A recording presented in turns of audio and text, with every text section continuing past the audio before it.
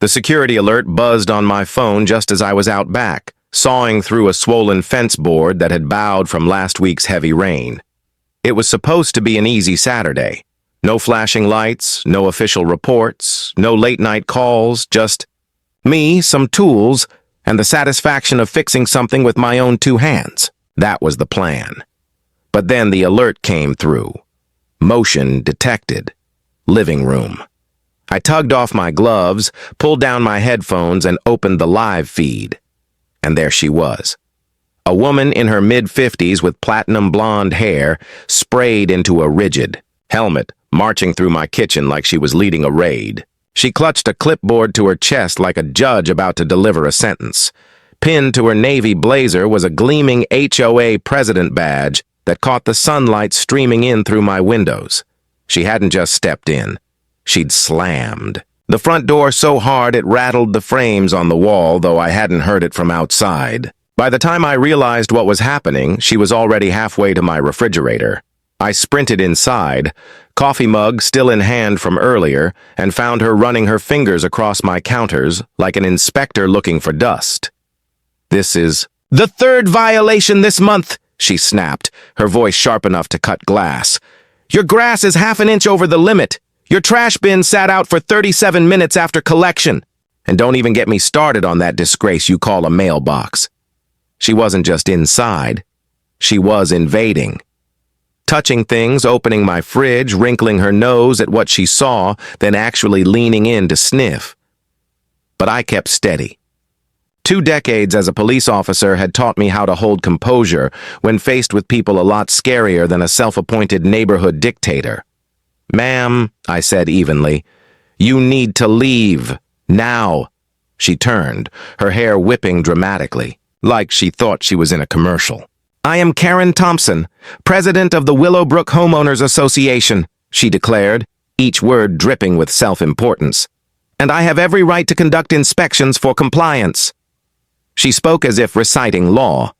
Her hand drifted toward the counter where my phone sat, likely to photograph some fabricated violation. That was when my instincts kicked in. I stepped closer, my voice carrying the same tone I used on felony stops. "You just committed a felony." 3 weeks before, I'd moved into Willowbrook, a neighborhood advertised as peaceful and idyllic. Quiet streets, freshly mowed lawns, and polite neighbors behind their picket fences. It sounded like the perfect retreat for someone ready to hang up the badge. My name's James Morrison. Detective James Morrison, though now retired. 20 years of service, commendations on the wall, and more scars than I'd ever talk about. All I wanted was to grow some tomatoes, grill a steak now and then, maybe sip a beer on the porch at sunset. But Karen Thompson had other ideas.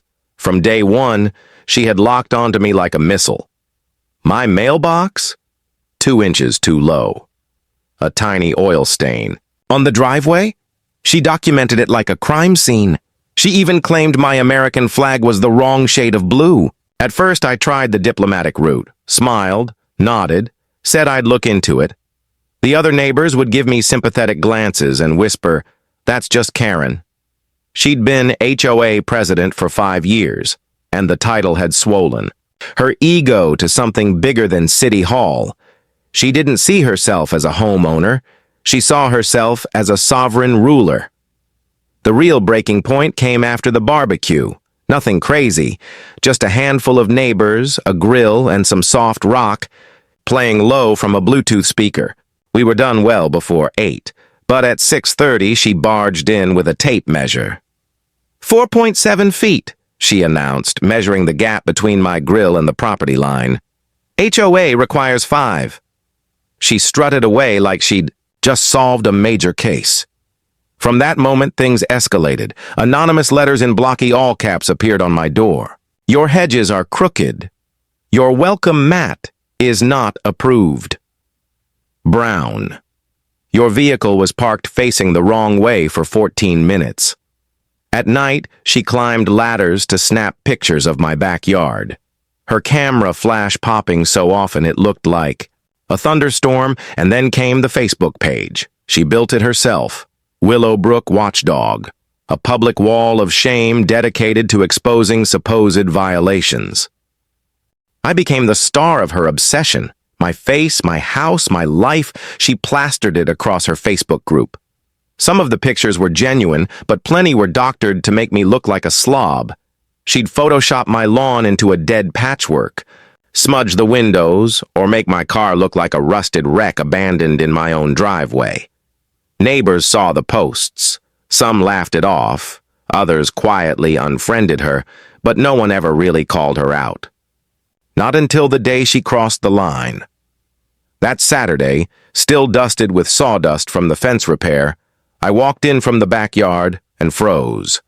Karen was in my kitchen photographing my mail. Not just glancing at it, she had spread out envelopes and bills across the counter like courtroom evidence. Even a birthday card from my mother had been pried open. One kitchen drawer hung open, papers from inside scattered. A notebook had clearly been flipped through. She'd even snapped pictures of my wall calendar. My privacy was stripped bare. "What do you think you're doing?" I demanded. She turned toward me slowly, as calm as if she were supposed to be there. "I'm conducting a lawful HOA inspection," she said matter-of-factly. "You've been reported for numerous violations. I'm well within my rights." I pulled out my phone and hit record. "You have no right to step foot in here without permission. That's trespassing, breaking and entering. Depending on what you photographed, it could even be identity theft."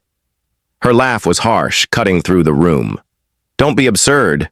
It's all in the HOA charter. I have full inspection authority." I raised a brow. "Really? Show me the exact line that says you can barge into private homes." She fumbled through her clipboard, hands shaking. "It's implied. How else can I enforce compliance?"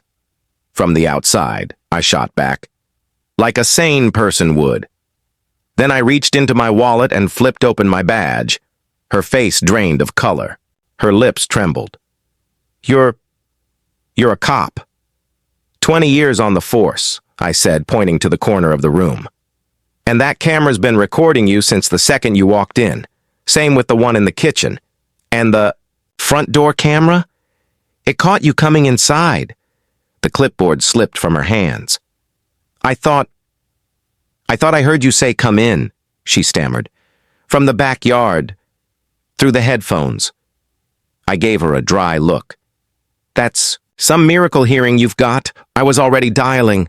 Dispatch, this is Detective Morrison, badge 4729. I need units at my residence for a burglary in progress." Karen's knees buckled, and she collapsed into a chair. "Please, we can work this out. I'll leave. I'll pretend this never happened." "That's not how it works. You don't get to erase a felony." 5 minutes later, squad cars rolled into Willowbrook. The whole neighborhood came out to watch. Some watering lawns a little too long, others standing right at the curb. Officer Martinez stepped inside, saw the footage on my phone, and shook his head. "Ma'am," he said firmly, "please stand up and place your hands behind your back." "You can't arrest me," Karen shrieked. "I'm the HOA president. I know the mayor. My husband's a lawyer." "None of that changes the law," Martinez replied, snapping the cuffs around her wrists. "You're under arrest for criminal trespass and unlawful entry."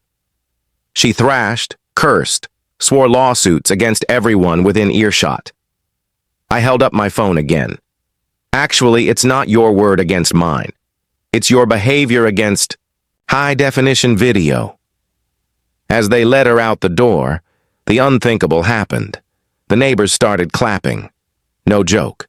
Mrs. Chen began a slow clap. Bob across the street lifted his beer in salute. The applause rolled across the block like a wave, while Karen screamed the whole way to the cruiser, vowing vengeance. The district attorney didn't buy her excuses. He reviewed the footage, took the witness statements, and hit her with charges: criminal trespass, unlawful entry, and attempted identity theft. Her husband begged for a plea deal, but the prosecutor wasn't feeling generous. 2 months later, Karen Thompson stood in court, her once perfect hair flat, her shoulders hunched. The judge sentenced her to 1 year of probation, $5,000 in fines, and 200 hours of community service. But that wasn't even the biggest blow. The HOA board ousted her the very next day. Neighbors lined up to tell their stories of her harassment, years of pettiness and intimidation. Her real estate office fired her immediately. The local newspaper splashed her mugshot under the headline, HOA President Arrested After Break-In at Officer's Home. As the judge read the sentence, Karen broke down. No more clipboard, no more measuring tape, just tears and silence. She had once ruled Willowbrook like a tyrant. Now she was nothing more than a disgraced ex-president. She lost it all. And I finally got what I came here for. Peace. If watching Karen finally face the justice she'd been begging for made your day, hit that like button. And if you want more true stories where justice comes with a badge and a camera, make sure to subscribe. Because in this neighborhood, Karen was only the beginning.